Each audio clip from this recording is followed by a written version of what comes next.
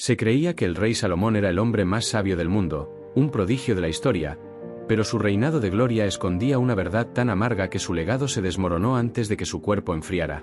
Cuando piensas en Salomón, imaginas el esplendor, el templo, la opulencia, la paz.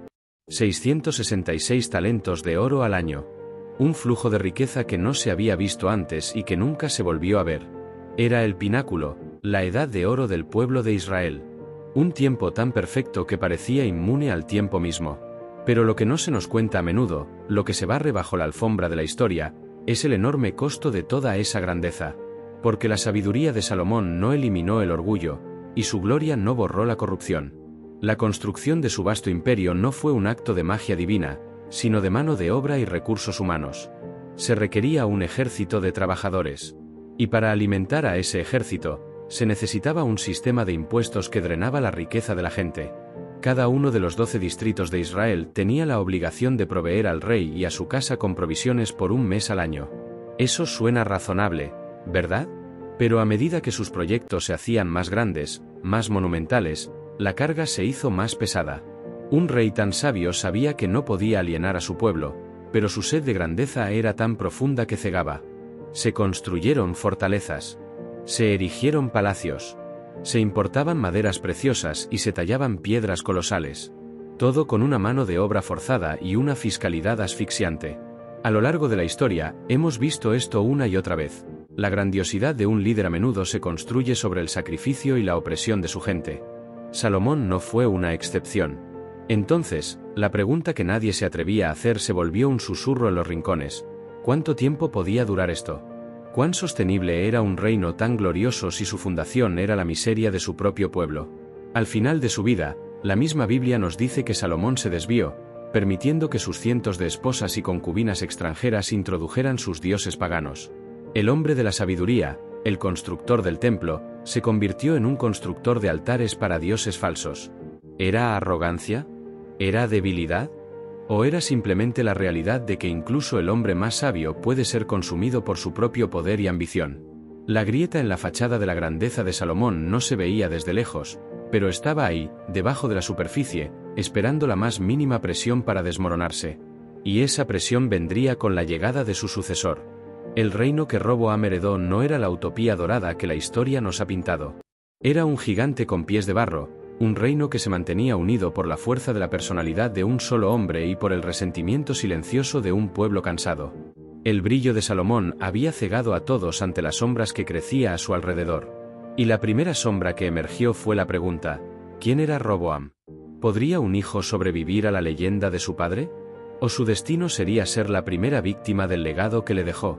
Y si esto te intriga, si estás listo para ver la historia completa, asegúrate de suscribirte a este canal y activar la campanita para no perderte ningún capítulo de este viaje. Porque cada episodio te acercará más a la verdad que se ha mantenido oculta durante tanto tiempo. La leyenda de Salomón era una jaula de oro para su hijo. Imagina esto: eres el sucesor de alguien que es considerado el hombre más sabio, el más rico, el más glorioso que jamás haya existido. No solo tienes que mantener ese imperio, tienes que demostrar que mereces estar allí. Que no eres simplemente una sombra. Esta no era una transición de poder normal, era la transferencia de una deidad terrenal. El nombre de Salomón resonaba en cada esquina, en cada palacio, en cada piedra del templo. Cada vez que Roboam entraba en una sala, los ojos de todos no lo veían a él, veían el fantasma de su padre, comparándolo, juzgándolo, midiendo si podía llenar esos zapatos gigantes. Esta presión no es solo histórica, es profundamente humana. ¿Cómo te defines cuando tu padre ha definido el mundo? Roboam no heredó solo un reino. Heredó una expectativa imposible. A los 41 años, era un hombre maduro, pero la historia nos muestra que su madurez no iba de la mano con la sabiduría. Había crecido en la opulencia, rodeado de lujos que sus antepasados jamás habrían imaginado. Nunca conoció la austeridad de sus bisabuelos. No tenía la experiencia de un pastor, un guerrero o un exiliado. Era un príncipe, el producto de un sistema que había logrado la paz, pero que había perdido el contacto con las luchas de la gente común. Su educación, su entorno, todo lo había preparado para gobernar un reino perfecto, un reino que, en realidad, nunca existió. Y mientras él se preparaba para asumir el trono, la nación hervía por debajo. El resentimiento por los impuestos y el trabajo forzado no era un secreto, pero había sido suprimido por la fuerza y la figura imponente de Salomón. Ahora que él se había ido, ese resentimiento tenía una voz y buscaba una audiencia. Y aquí es donde la historia toma un giro, porque la sucesión no iba a ser un mero trámite. En Siquelm, un lugar de profunda significancia histórica para las 12 tribus de Israel, las cosas se pusieron en marcha. El futuro rey debía ir allí para ser proclamado. Pero el pueblo tenía una condición. No se arrodillarían hasta que sus súplicas fueran escuchadas. Tenían una petición clara y urgente: aligera el duro trabajo de tu padre y la pesada carga que puso sobre nosotros, y te serviremos. Es una demanda poderosa, ¿verdad? Una oportunidad para un nuevo comienzo. Para demostrar que era un líder, no solo un sucesor. Roboam tenía el poder de la decisión.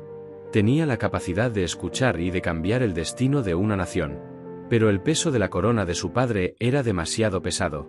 La historia de la monarquía se había convertido en la historia de la grandeza de un solo hombre, y en la mente de Roboam, esa grandeza no podía ceder. ¿Se atrevería a ser diferente? ¿O se aferraría al legado de su padre, incluso si eso significaba la ruina? Roboam, al escuchar la demanda de su pueblo, no la vio como una oportunidad, sino como una amenaza. La multitud, con sus voces unidas en una sola súplica, representaba el caos para un hombre criado en la obediencia. El templo de Salomón, el palacio, las ciudades fortificadas, todo había sido construido con autoridad indiscutible.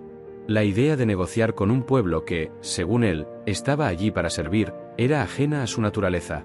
El trono no era para él una plataforma de servicio, sino el pináculo del poder. ¿Qué significaría para su autoridad ceder ante una petición popular? En su mente, una concesión no era un acto de sabiduría, sino una muestra de debilidad. Pero incluso en la mente más rígida, hay un momento de duda. Roboam pospuso la decisión. Les dijo que regresaran en 3 días. Es un pequeño detalle, pero un momento de la verdad en el que la historia podía haber tomado un camino diferente. Podría haber aprovechado ese tiempo para reflexionar, para buscar la sabiduría que se le atribuye a su padre. En cambio, su acción siguiente revela su verdadera inclinación. Buscó consejo, sí, pero lo hizo de una manera que sellaría su destino. Primero, se dirigió a los ancianos, aquellos que habían servido a su padre, que habían visto el esplendor y la miseria, que habían presenciado la sabiduría de Salomón. Ellos representaban la experiencia, la tradición y el conocimiento de la historia. Les preguntó: ¿qué respuesta debo darle a este pueblo?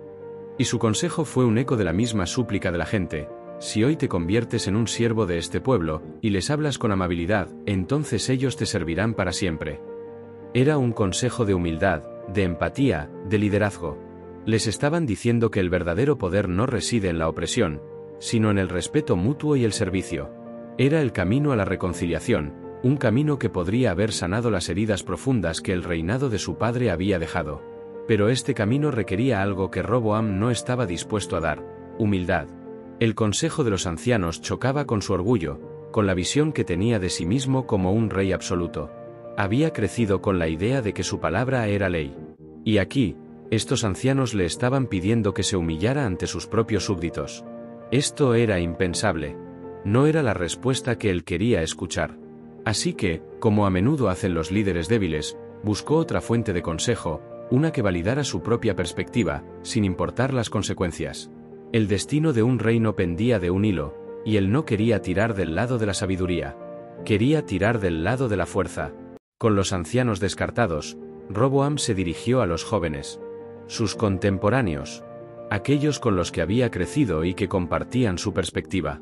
Este no era un acto de simple búsqueda de consejo, era una búsqueda de validación.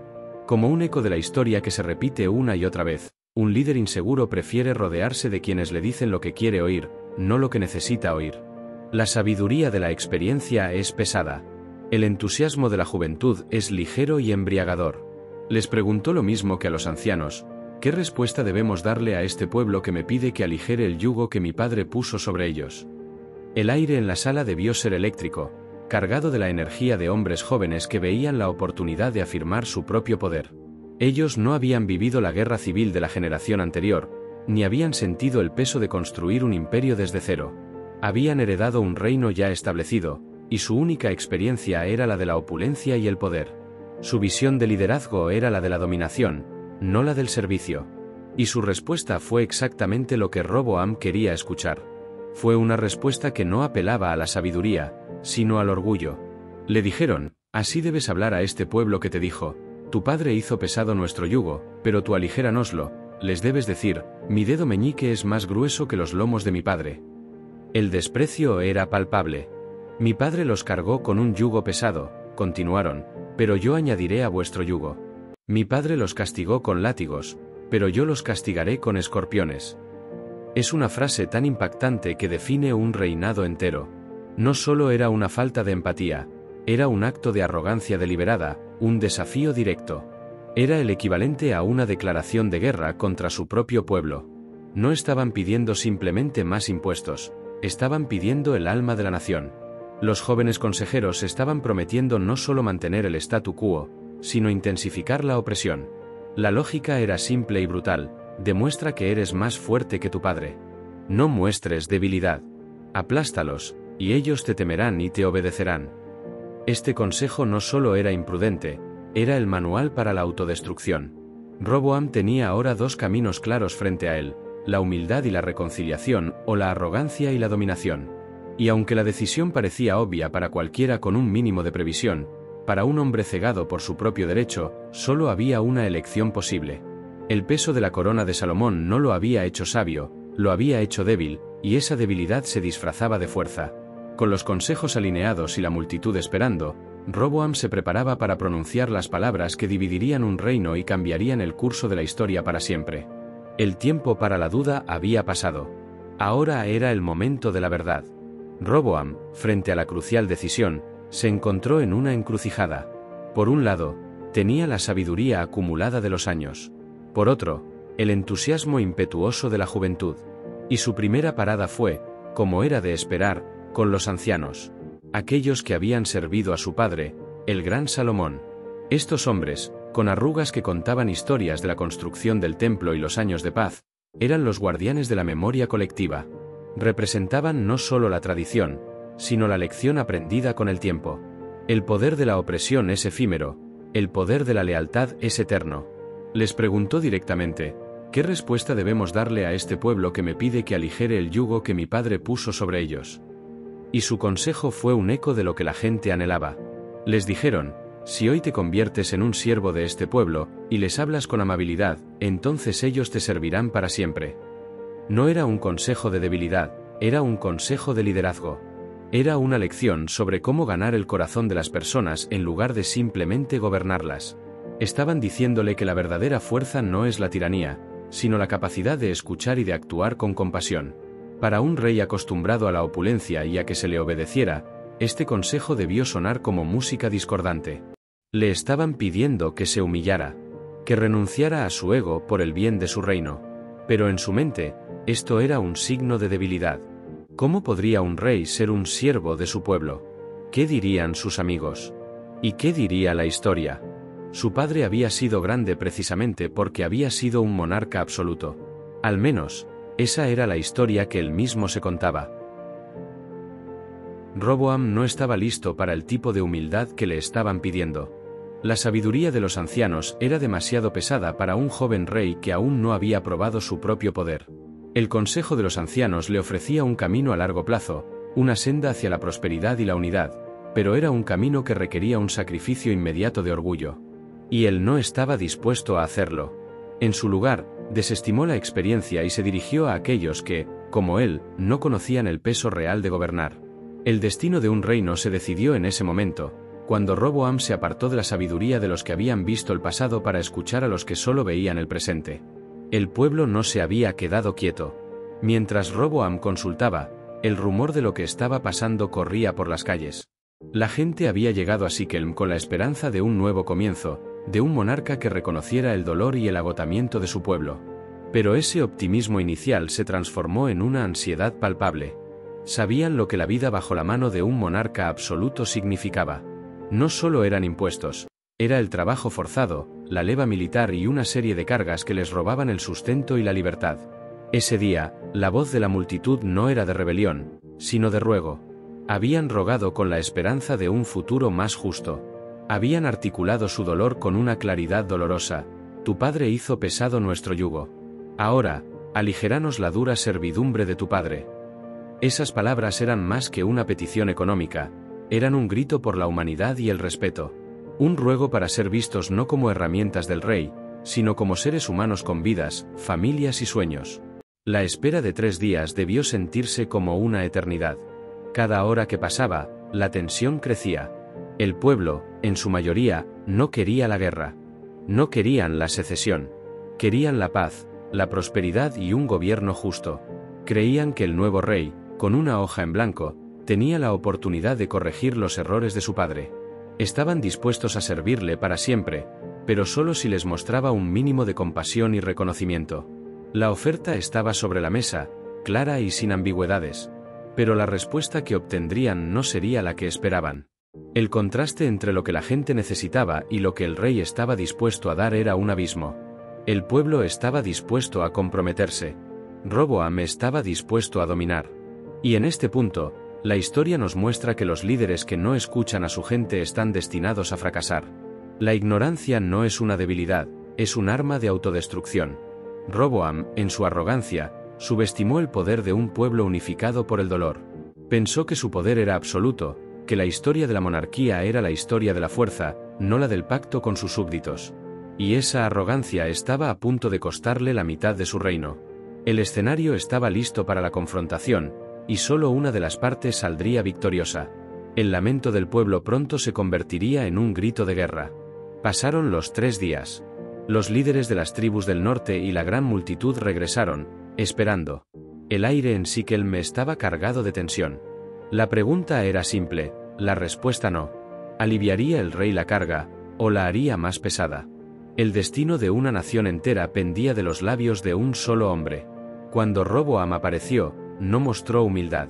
Su postura, su mirada, todo en él irradiaba una arrogancia nueva, una que había sido validada por su círculo de amigos jóvenes. Había tomado una decisión, y no era una que buscara la paz. El silencio fue total mientras se preparaba para hablar. Y lo que salió de su boca fue un eco de lo que sus jóvenes consejeros le habían instilado, una brutalidad verbal que no solo rechazaba la súplica de su pueblo, sino que se burlaba de ella. Sus palabras resonaron en la multitud. Mi padre hizo pesado vuestro yugo, pero yo añadiré a vuestro yugo.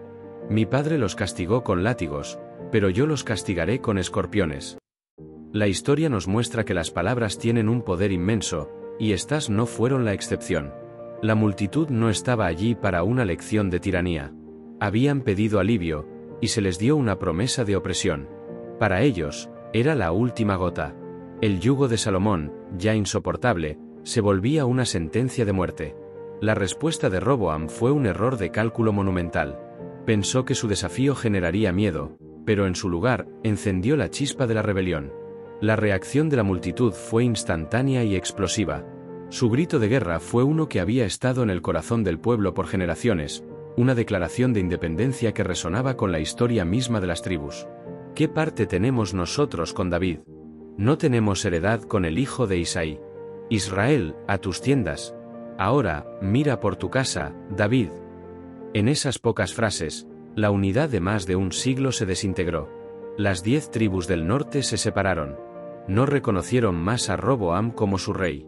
Habían jurado lealtad a la dinastía de David, pero esa lealtad tenía un límite. Ese límite era la falta de respeto y la amenaza de una tiranía aún mayor.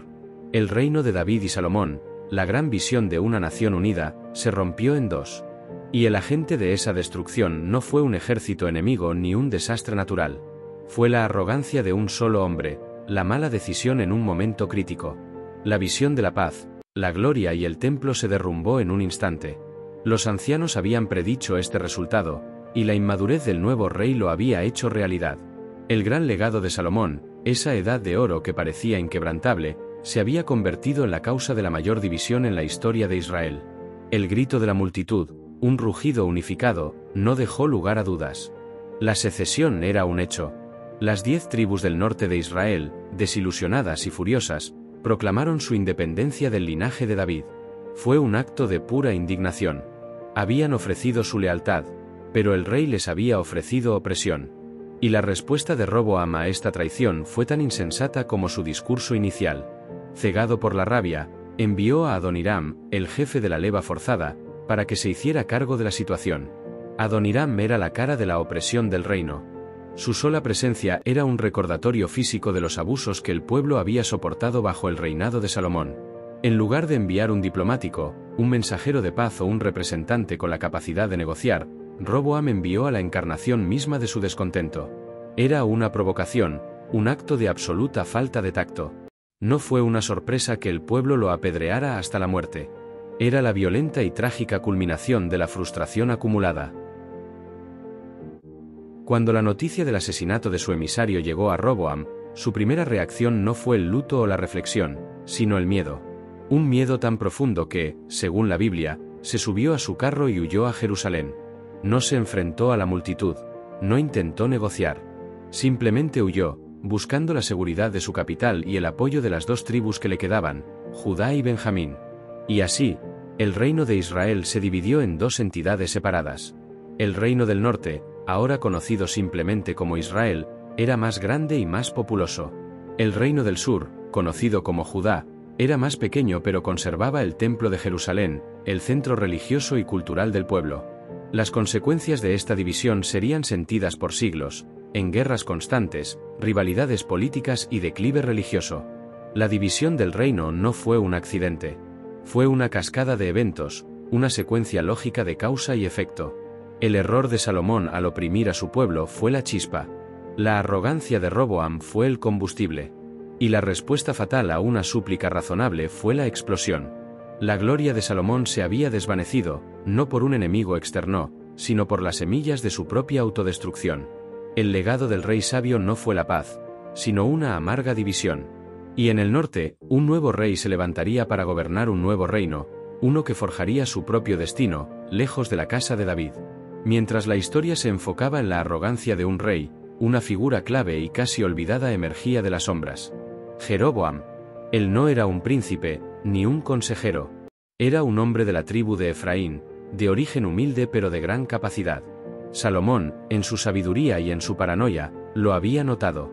Lo había puesto a cargo de todo el trabajo forzado de la casa de José, una posición de inmenso poder y de contacto directo con el pueblo oprimido. Y es aquí donde la historia nos revela un detalle crucial, la profecía. Un día, mientras Jeroboam salía de Jerusalén, el profeta Ahías de Silo se encontró con él. Este no era un encuentro casual. Ahías, actuando bajo la dirección divina, hizo algo dramático. Se quitó su manto nuevo, lo rasgó en 12 pedazos y le entregó 10 a Jeroboam. Sus palabras debieron haberlo dejado sin aliento. Le dijo: «Toma para ti 10 pedazos, porque así dice el Señor, el Dios de Israel, he aquí que yo rasgo el reino de la mano de Salomón y a ti te daré 10 tribus». El mensaje era claro y contundente. La división no solo era el resultado de la estupidez de Roboam, sino que era parte de un plan divino, una sentencia por la desobediencia de Salomón al permitir la adoración de dioses paganos. La profecía ponía a Jeroboam en el centro de un evento histórico trascendental, el futuro rey de un nuevo reino. El profeta incluso prometió que si él obedecía a Dios, construiría para él una casa tan duradera como la de David. Cuando Salomón se enteró de la profecía, la paranoia lo consumió. No podía tolerar una amenaza a su poder, especialmente una sancionada divinamente. Intentó matar a Jeroboam. Pero Jeroboam huyó. No a un reino vecino de menor importancia, sino a Egipto, un lugar de refugio tradicional para los exiliados políticos israelitas. Fue recibido por el faraón Sisac, un nombre que pronto volvería a aparecer en esta historia, pero por una razón mucho más siniestra. Jeroboam pasó años en el exilio, esperando. La muerte de Salomón fue la señal. El cisne negro de esta historia, un evento tan inesperado que cambió el curso de todo, no fue la arrogancia de Roboam, sino la profecía que lo precedió. Jeroboam era la pieza que faltaba en el rompecabezas. El rey que el pueblo necesitaba, el líder prometido, estaba esperando en el banquillo. Y la llamada de las 10 tribus fue para él. El escenario estaba listo para la culminación de la profecía, la división de un reino. El destino del reino estaba sellado mucho antes de que Roboam abriera la boca.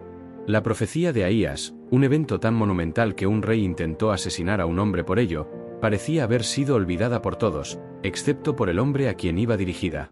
Mientras Roboam consultaba a sus consejeros, La verdad de su situación ya había sido pronunciada. Pero el orgullo humano tiene una forma de ignorar la voluntad divina. El mismo Salomón, que había construido el templo para Dios, se había desviado tan profundamente que su propio linaje sería castigado. La profecía era un recordatorio de que el reino de David no era incondicional. Era un pacto. Y ese pacto se basaba en la obediencia. El Reino Unido de Israel había sido una bendición, un regalo, pero como todos los regalos, podía ser retirado. La desobediencia de Salomón al permitir el culto a dioses paganos en el corazón de Jerusalén fue la grieta que permitió la entrada del caos. El hombre más sabio del mundo, en su búsqueda de más poder y de más alianzas, había olvidado la fuente de su verdadera fuerza.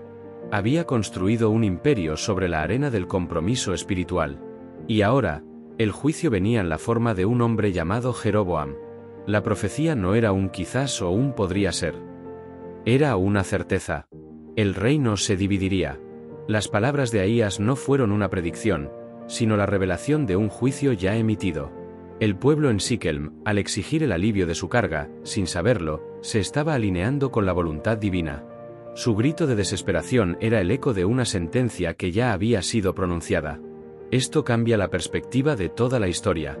No se trata simplemente de un rey arrogante y de un pueblo oprimido. Se trata del fin de una era. Es el cierre de un ciclo de bendición y el comienzo de una nueva etapa marcada por el castigo. La caída del reino no fue un accidente o un error de cálculo. Fue la culminación inevitable de una serie de decisiones imprudentes y la ignorancia de un rey que creía que su trono estaba por encima de todo. La lección para nosotros es clara. Las acciones de un líder, especialmente las que ignoran principios morales o éticos, no solo afectan el presente, sino que pueden sembrar las semillas de una destrucción futura. La caída del reino de David no fue un evento, fue un proceso, y el punto de no retorno fue mucho antes de que las palabras arrogantes de Roboam salieran de su boca. El grito de las 10 tribus resonó a través de Siquelm y más allá. Fue una declaración de independencia, un rechazo absoluto a la dinastía de David. Y con Jeroboam a la cabeza, el éxodo del norte comenzó. Este no fue un simple movimiento de personas, fue una secesión total, un cisma que partió el reino en dos. Las tribus de Rubén, Simeón, Isaacar, Zabulón, Efraín, Manasés, Dan, Neftalí, Gad y Aser se retiraron. Sus corazones, llenos de dolor y traición, se apartaron de Jerusalén y del linaje de Salomón para siempre.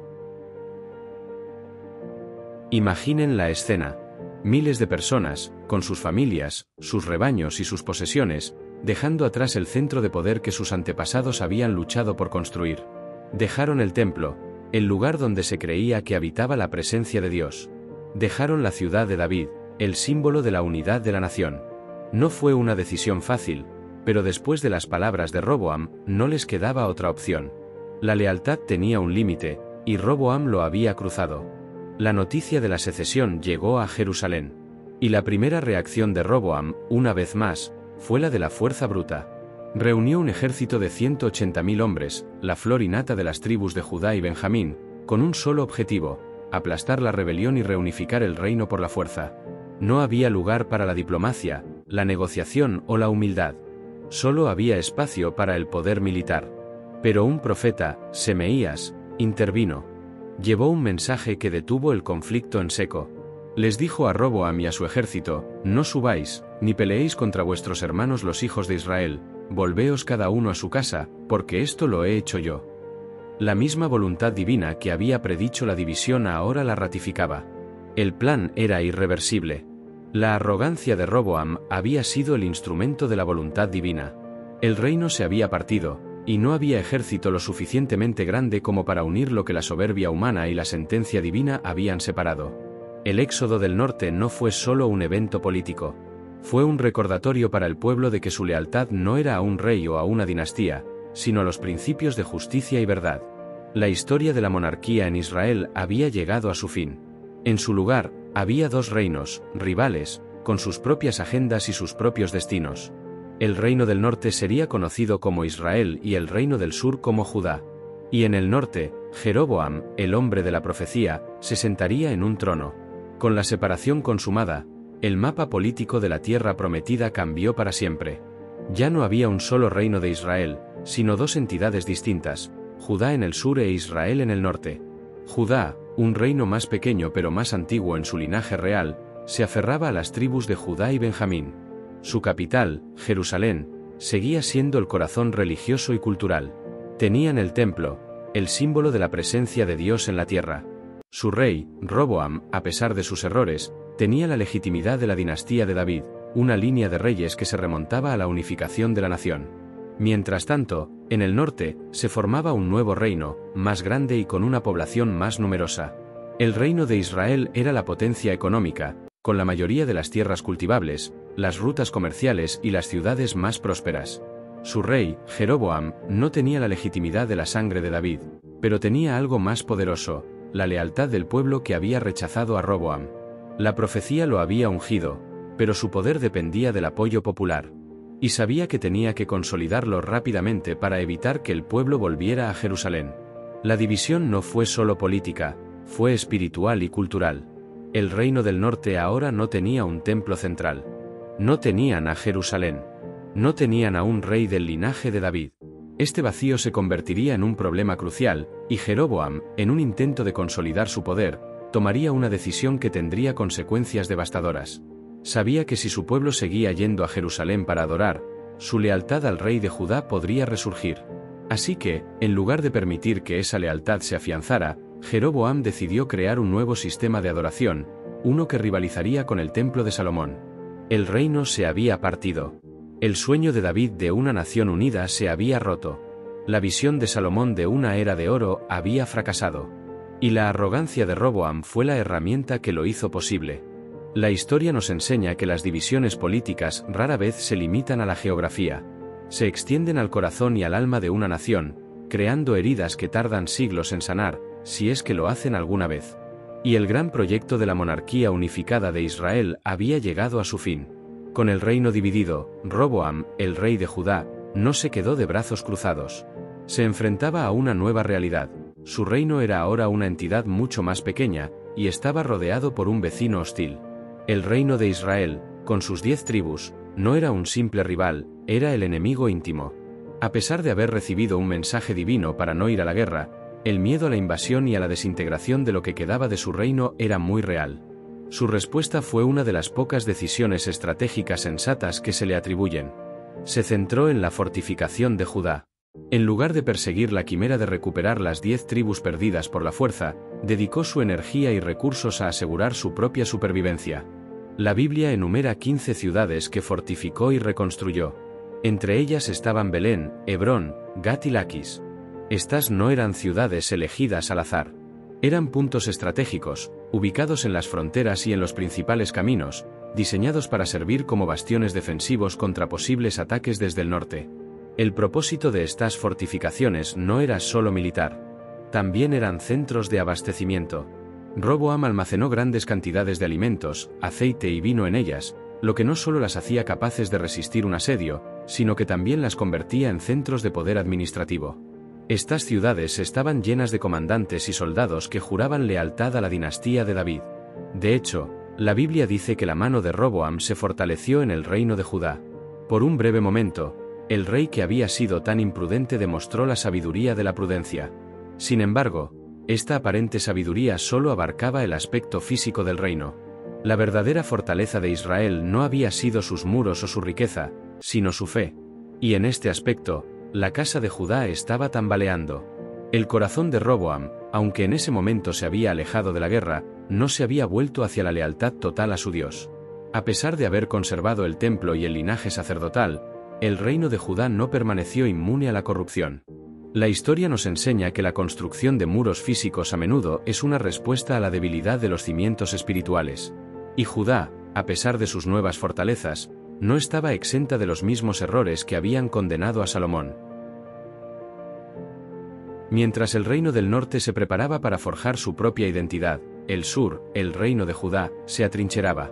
Roboam no tenía la mayoría de la gente, ni las tierras fértiles, pero tenía lo que quedaba de la visión de su padre. Y, por un breve momento, actuó con la sabiduría que se le había negado en el pasado. Su plan de fortificación no fue un capricho. Era una necesidad existencial. Laquis, Azeca, Zif, Adoraim, estos nombres, ahora parte del reino de Judá, eran la primera línea de defensa contra cualquier invasión del norte.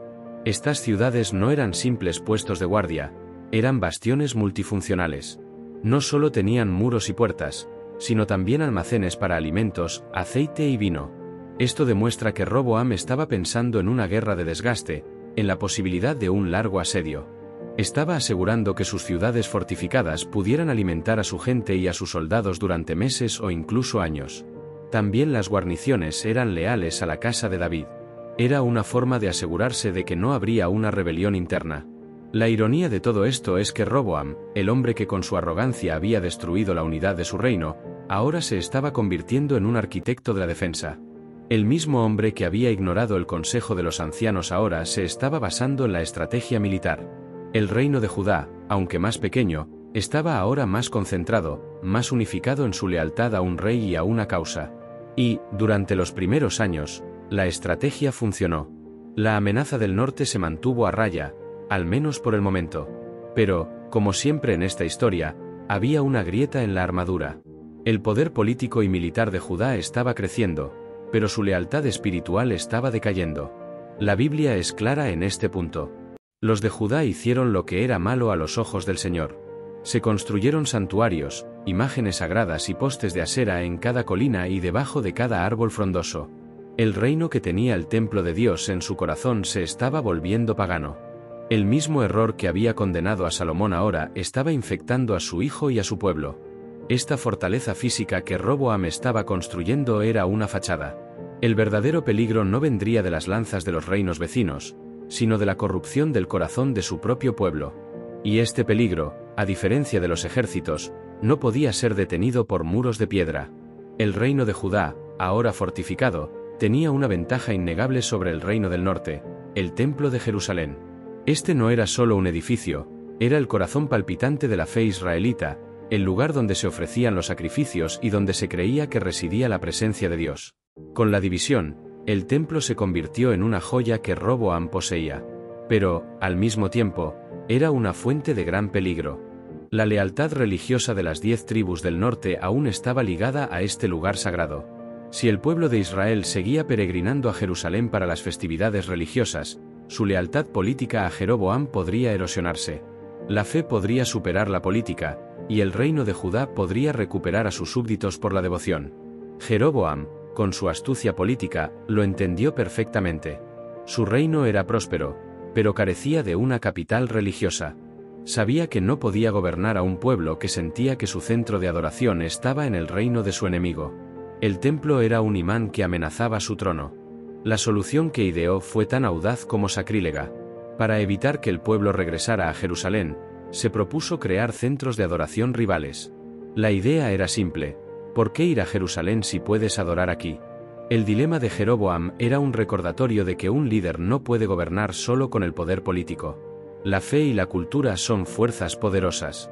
Al no tener el linaje de David ni la ciudad de Jerusalén, Jeroboam tuvo que construir una nueva identidad para su reino, una que no dependiera de los símbolos del pasado.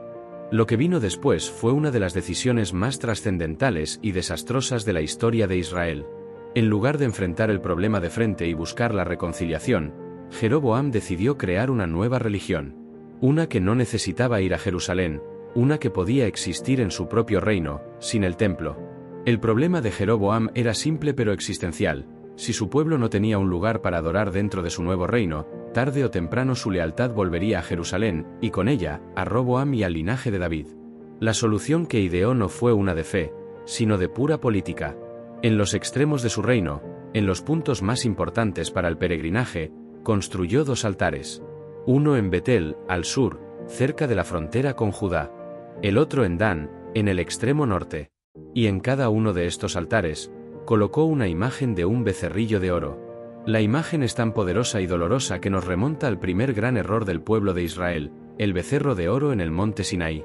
Jeroboam, en un intento de justificar esta idolatría, usó las mismas palabras que Aarón había usado siglos antes: Israel, estos son tus dioses, que te sacaron de la tierra de Egipto.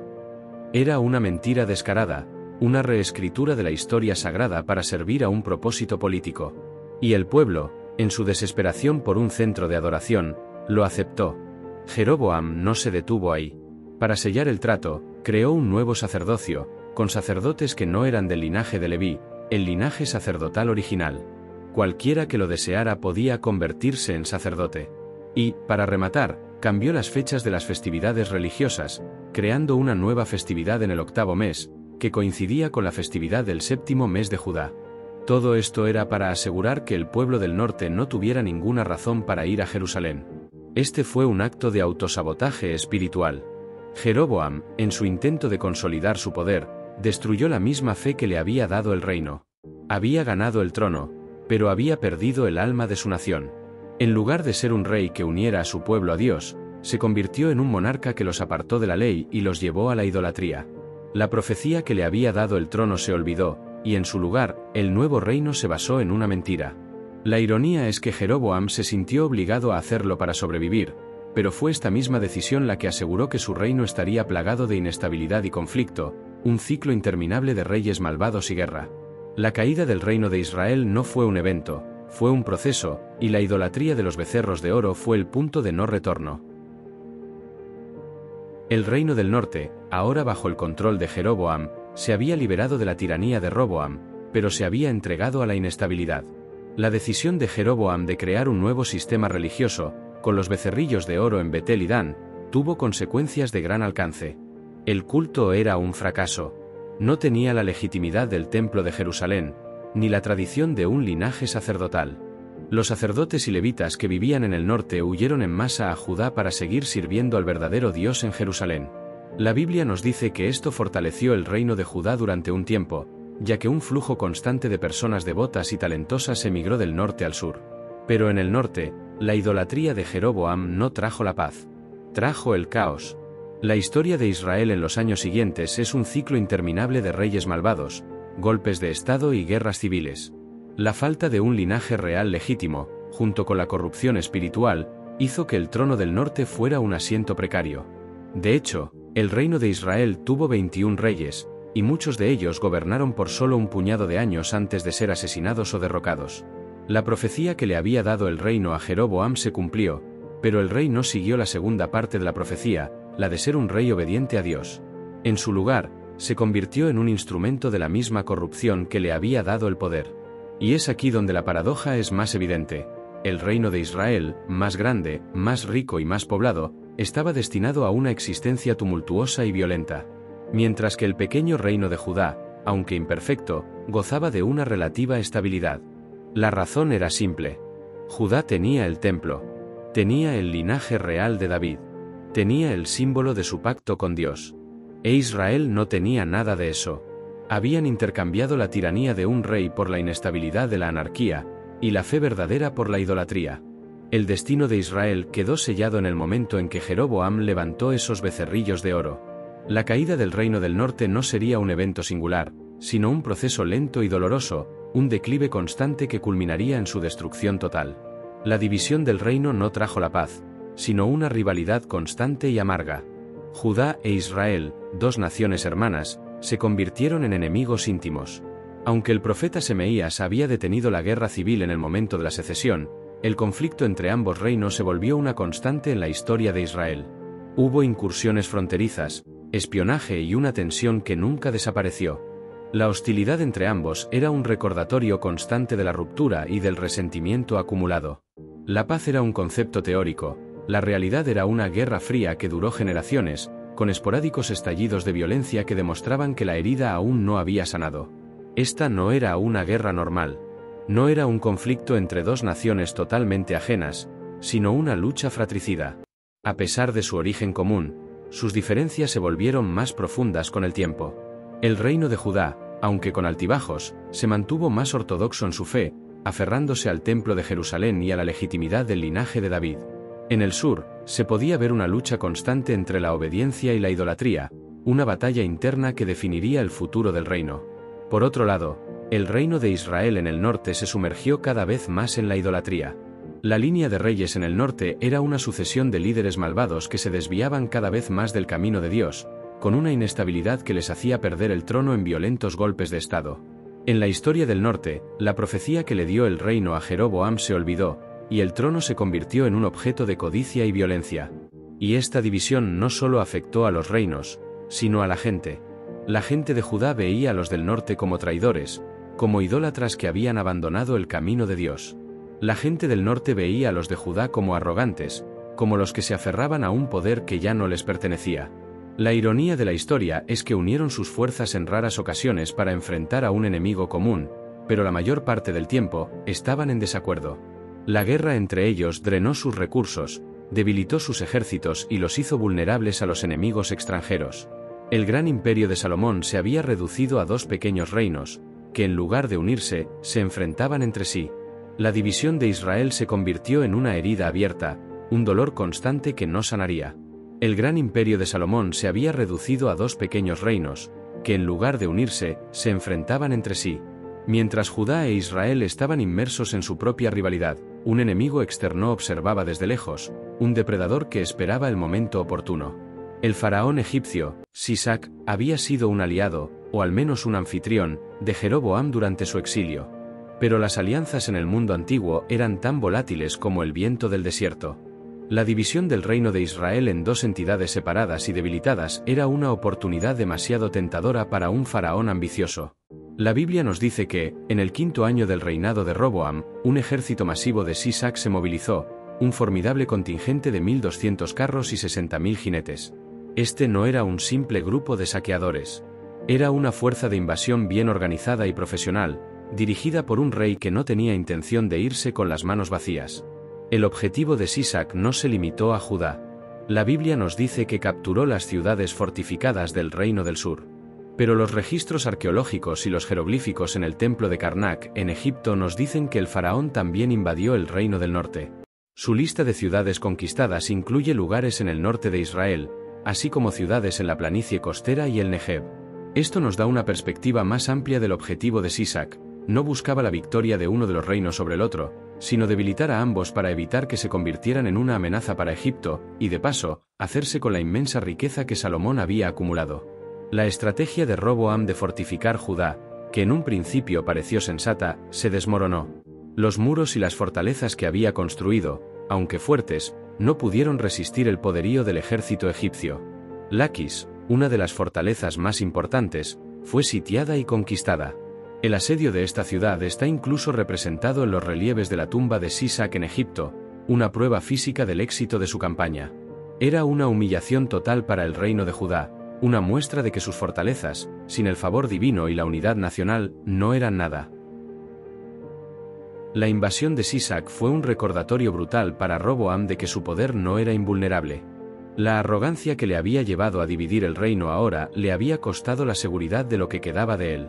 El profeta Semeías le dio un mensaje a Roboam, recordándole que esta invasión era el castigo por la desobediencia de su padre y la suya propia. Este no era un ataque aleatorio. Era la consecuencia del orgullo, de la idolatría. Y el precio a pagar sería muy alto, no solo en términos de riqueza, sino de prestigio y poder. El reino que había sido el pináculo del poder en la región ahora se arrodillaba ante un antiguo enemigo, y el legado de Salomón estaba a punto de ser saqueado. La humillación de Judá se hizo palpable cuando el ejército de Sisac llegó a las puertas de Jerusalén. El gran imperio de Salomón, que había sido protegido por la mano divina, ahora se enfrentaba a un enemigo formidable. Ante la amenaza de un asedio total, Roboam y los príncipes de Judá se humillaron. La Biblia nos dice que el profeta Semeías le dio un mensaje a Roboam, recordándole que esta invasión era el castigo por su desobediencia. Este no era un ataque aleatorio. Era la consecuencia del orgullo, de la idolatría. Y el precio a pagar sería muy alto. El faraón Sisac no destruyó la ciudad. Su propósito no era la aniquilación, sino el botín. El faraón se llevó los tesoros del templo de Salomón y los del palacio real. El oro, la plata, las joyas, los utensilios de bronce, todo lo que había hecho el reino de Salomón tan glorioso fue robado.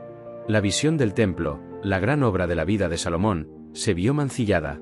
Las riquezas que habían simbolizado la paz y la sabiduría se convirtieron en un botín de guerra, un testimonio de la decadencia. La historia de Salomón es una historia de riqueza. Su palacio estaba lleno de tesoros y el templo era la joya de la corona. Y ahora, todo eso se había perdido en un solo acto de saqueo. La Biblia nos da un detalle específico que captura la esencia de este declive: se llevó los escudos de oro que Salomón había hecho para su palacio. En su lugar, Roboam hizo escudos de bronce. Este simple detalle es una metáfora perfecta del declive. La gloria había sido reemplazada por algo inferior. El oro, el símbolo de la opulencia y el poder, había sido reemplazado por el bronce, un metal común y mucho menos valioso. El reino de Roboam y el legado de Salomón se habían desvanecido.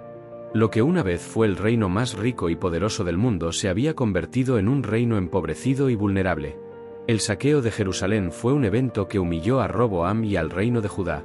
Fue un recordatorio brutal de que su poder no era invulnerable. La arrogancia de Roboam había llevado a la división del reino. La idolatría de su padre había sembrado las semillas de la destrucción. Y ahora, el reino se había quedado sin su riqueza, sin su gloria, y sin el respeto de sus enemigos. El imperio de David y Salomón se había desvanecido, y en su lugar había dos reinos pequeños y vulnerables, propensos a la invasión y a la decadencia. El templo, aunque intacto, había sido despojado de su gloria. Y el reino, aunque sobrevivía, era ahora una sombra de lo que había sido. El gran asalto del faraón Sisac a Jerusalén no solo fue un evento militar, fue una humillación simbólica. La ciudad que había sido el pináculo del poder de un rey sabio, el centro de un reino próspero y el hogar del templo más sagrado, fue despojada de sus símbolos de grandeza. Y la pérdida más impactante no fue la de vidas o territorio, sino la de la riqueza. La Biblia es clara: Sisac se llevó todos los tesoros del templo de Dios y los del palacio real. El oro, la plata, las vasijas y los escudos que Salomón había acumulado en una vida de paz y comercio, desaparecieron en un solo golpe. Para el reino de Judá y para Roboam, esta pérdida fue devastadora. La gloria de Salomón se había medido en parte por la cantidad de oro que fluía hacia Jerusalén. Un reino que una vez tuvo tanto oro que la plata se consideraba común, ahora no tenía nada. El símbolo de su prosperidad había sido robado, y el golpe al orgullo y a la moral del pueblo fue incalculable. La prueba más visible de este declive fue la decisión de Roboam de reemplazar los escudos de oro que Sisac había robado con escudos de bronce. Era un acto de desesperación, una forma de mantener la fachada de grandeza, pero que no engañaba a nadie. El oro de Salomón se había ido, y en su lugar había un metal inferior, un símbolo de un reino inferior. Pero la pérdida fue más allá de lo material. La desaparición de los tesoros del templo fue un recordatorio de que la misma protección divina que había ayudado a Salomón a construir su imperio se había retirado. La riqueza, que había sido una bendición, se había convertido en una maldición. Había atraído a un enemigo que, al ver la vulnerabilidad del reino, no dudó en saquearlo. El legado de Salomón, esa edad de oro de paz y prosperidad, se había desvanecido. En un solo día, el reino más rico y poderoso de la región se había convertido en una sombra de sí mismo, empobrecido y humillado. La gloria se había ido, y lo único que quedaba era el metal común y la dolorosa memoria de lo que una vez fue. La humillación de Jerusalén y el saqueo del templo no fueron vistos por el pueblo de Judá como un simple revés militar. Fue la manifestación física de una sentencia espiritual. El profeta Semaías había dejado claro que la invasión de Sisac no era un evento aleatorio, sino el castigo por la desobediencia de Roboam y del pueblo. La misma arrogancia que había dividido el reino, el mismo orgullo que había rechazado el consejo de los ancianos y el mismo pecado de idolatría que se había arraigado en la nación, ahora estaba siendo castigado de una manera tangible y dolorosa. Para la mentalidad de la época, la pérdida de los tesoros del templo era la prueba más clara de que la protección de Dios se había retirado. La riqueza y el poder que habían sido una bendición de la obediencia de David se habían convertido en una carga. El oro que había atraído la admiración de las naciones, ahora había atraído a un enemigo que, al ver la vulnerabilidad del reino, no dudó en saquearlo. El reino que una vez estuvo protegido por la mano divina se había convertido en un blanco fácil. La invasión de Sisac no solo saqueó el templo, también humilló a Roboam. El rey que había sido tan orgulloso de su linaje y de su trono se vio obligado a humillarse ante un faraón. El hombre que había prometido ser más duro que su padre ahora estaba siendo castigado por la misma mano que le había dado su poder. El castigo era una lección para Roboam y para todo el reino de Judá. La grandeza no reside en el poder militar o en la riqueza, sino en la obediencia a la ley de Dios. La historia de la caída de Jerusalén a manos de Sisac es un recordatorio de que las consecuencias de la arrogancia y la desobediencia no son solo políticas o económicas, sino también espirituales. La arrogancia de Roboam había llevado a la división del reino. La idolatría de su padre había sembrado las semillas de la destrucción. Y ahora, el reino se había quedado sin su riqueza, sin su gloria, y sin el respeto de sus enemigos. La paradoja final es que la misma riqueza y el mismo poder que hicieron grande a Salomón fueron los que, en última instancia, llevaron a la destrucción de su legado. La historia del reino de Israel no termina con la humillación de Roboam. Al contrario, la historia se repite una y otra vez en ambos reinos. La arrogancia y la idolatría que llevaron a la división del reino de Salomón no se detuvieron. Se convirtieron en la norma, un ciclo vicioso que definiría el futuro de la nación.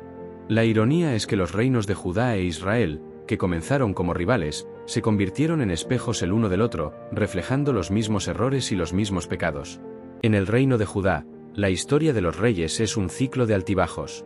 Después de Roboam, su hijo Abías reinó y cometió los mismos pecados que su padre. Sin embargo, hubo reyes como Asa, Josafat y Ezequías que intentaron restaurar la fe y la obediencia, que intentaron limpiar el reino de la idolatría que se había arraigado. Durante sus reinados, Judá experimentó periodos de paz y prosperidad. Sin embargo, estos periodos siempre eran seguidos por reyes que volvían a caer en la idolatría y la desobediencia. El templo de Jerusalén, el corazón de su fe, fue profanado y restaurado en múltiples ocasiones. La historia de Judá se convirtió en una danza macabra entre la obediencia y la idolatría, una lucha constante que no tenía un final claro. En el reino de Israel, la historia fue aún más oscura.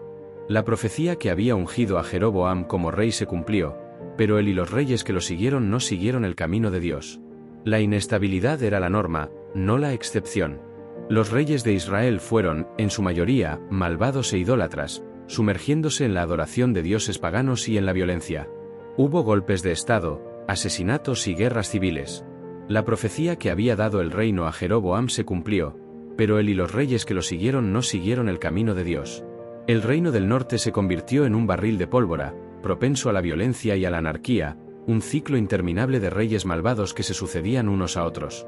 La historia de Israel se convirtió en un recordatorio de que un reino sin un cimiento espiritual sólido está destinado a colapsar. La historia de estos dos reinos es un recordatorio de que los errores no son eventos únicos. Se convierten en patrones. La arrogancia de Roboam, la idolatría de Salomón, la imprudencia de Jeroboam, estos no fueron errores aislados, sino los primeros pasos en un camino de autodestrucción. La historia de la división del reino es la historia de la humanidad, que a menudo repite los mismos errores, con consecuencias que se extienden a través de generaciones. La caída del reino unificado no fue un evento único, sino el inicio de un ciclo de decadencia que se repetiría una y otra vez en ambos reinos. El gran imperio de David y Salomón se había reducido a dos entidades rivales, y la historia de sus monarquías es un estudio de contrastes y similitudes. En el reino del sur, Judá, la línea de reyes, la descendencia de David, proporcionaba una apariencia de estabilidad. Aunque muchos de sus reyes pecaron, hubo momentos de gran reforma y reavivamiento espiritual. Reyes como Asa, Josafat y Ezequías se esforzaron por eliminar la idolatría y restaurar la fe, y durante sus reinados, Judá experimentó periodos de paz y prosperidad. Sin embargo, estos periodos siempre eran seguidos por monarcas que volvían a caer en la idolatría y la desobediencia. El templo de Jerusalén, el corazón de su fe, fue profanado y restaurado en múltiples ocasiones. La historia de Judá se convirtió en una danza macabra entre la obediencia y la idolatría, una lucha constante que no tenía un final claro.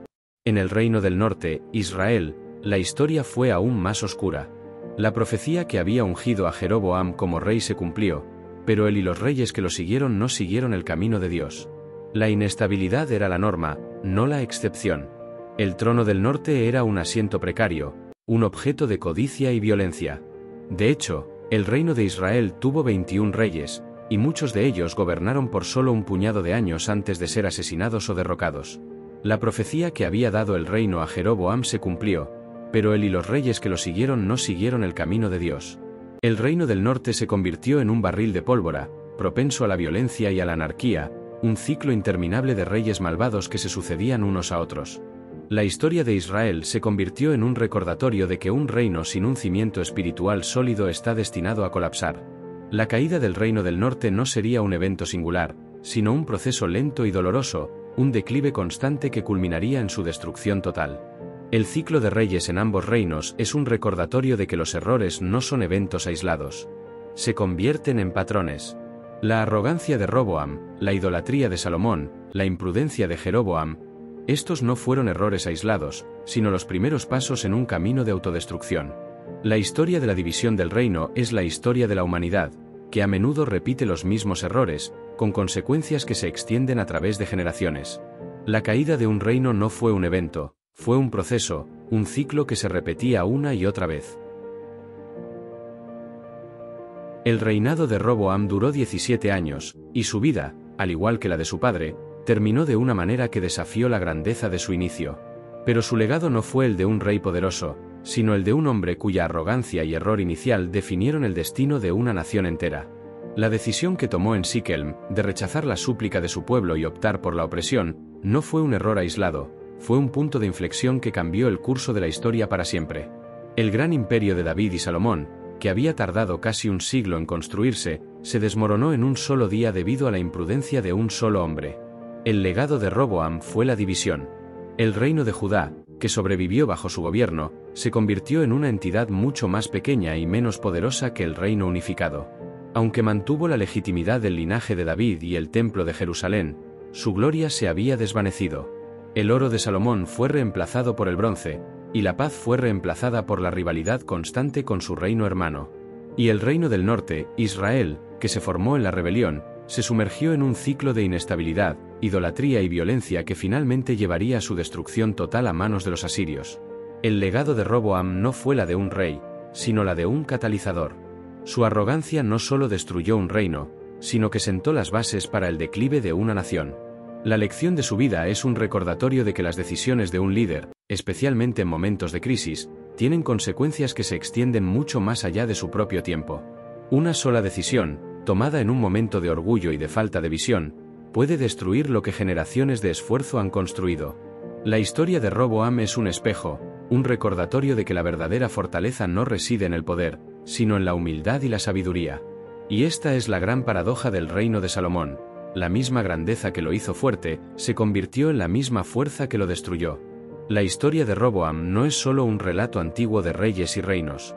Es un espejo que refleja los dilemas del liderazgo en nuestro propio tiempo. Pensemos en ello. Un líder hereda un sistema de poder, una estructura establecida. Pero ese sistema, aunque exitoso en el pasado, está plagado de problemas subyacentes. El resentimiento de la gente, la corrupción silenciosa, el peso de una deuda o de una carga que ya no es sostenible.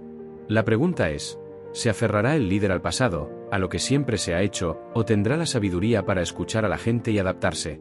La historia de Roboam es una advertencia. Su fracaso no fue por falta de recursos o de poder, sino por falta de empatía y de visión. Él se aferró a la tiranía porque en su mente, la grandeza de su padre se medía por la fuerza, no por la sabiduría. Y al hacerlo, destruyó lo que debía proteger. En nuestro mundo, vemos este mismo dilema una y otra vez. Vemos líderes que ignoran el consejo de los expertos, que se rodean de aduladores y que confían en su propio juicio por encima de todo. Vemos a aquellos que, ante la demanda de cambio, responden con una mano de hierro en lugar de una mano extendida. Y el resultado es siempre el mismo: la división, la inestabilidad y el colapso. La historia de Roboam nos enseña que el poder sin humildad es una bomba de tiempo. La sabiduría no se hereda, se adquiere. Y la empatía no es una debilidad, es una de las mayores fortalezas de un líder. El legado de Roboam nos recuerda que la grandeza de un imperio no se mide por su riqueza o por el tamaño de sus ejércitos, sino por la lealtad y el bienestar de su pueblo. Y esa lealtad no se gana con la fuerza, se gana con el servicio y el respeto.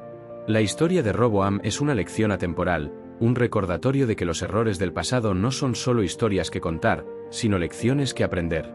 Y el gran dilema de la historia de la humanidad es si alguna vez aprenderemos de ellas. La historia de Roboam y el colapso de su reino es, en esencia, la historia del poder de una sola decisión. A menudo, pensamos en los eventos históricos como el resultado de fuerzas masivas e imparables. Crecimiento económico, movimientos sociales, avances tecnológicos. Pero la historia de la división del reino de Israel nos demuestra que, a veces, una sola elección, tomada por una sola persona en un momento crítico, puede cambiarlo todo. La arrogancia de Roboam al rechazar la súplica de su pueblo no fue un pequeño error, fue un acto monumental de imprudencia que tuvo consecuencias que se sentirían por siglos. En un solo instante, el reino de Salomón, que había sido construido con tanto esfuerzo y sabiduría, se desmoronó. La paz se perdió, la unidad se rompió y la prosperidad se desvaneció, todo por las palabras de un hombre. El verdadero poder de una decisión no reside en su magnitud aparente, sino en su potencial para desencadenar una cascada de eventos. La decisión de Roboam no fue la de ir a la guerra, sino la de responder con arrogancia a una petición de paz. Y en esa respuesta, plantó las semillas de la guerra. La lección para nosotros es clara: las decisiones que tomamos, especialmente en momentos de crisis, tienen un peso y un poder que a menudo subestimamos. La historia nos enseña que una simple elección, un sí o un no, un aliviaré la carga o un la haré más pesada, puede ser el punto de inflexión que divide un reino, un negocio, una familia o incluso un país entero. Y esta es la gran lección de la historia de Roboam: la grandeza de un líder no se mide por lo que construye, sino por cómo se comporta cuando lo que ha construido se ve amenazado. El verdadero poder no es el poder de la fuerza o la riqueza, sino el poder de la humildad, de la empatía y de la sabiduría. La historia de Roboam es un recordatorio de que la misma fuerza que puede crear un imperio también puede destruirlo.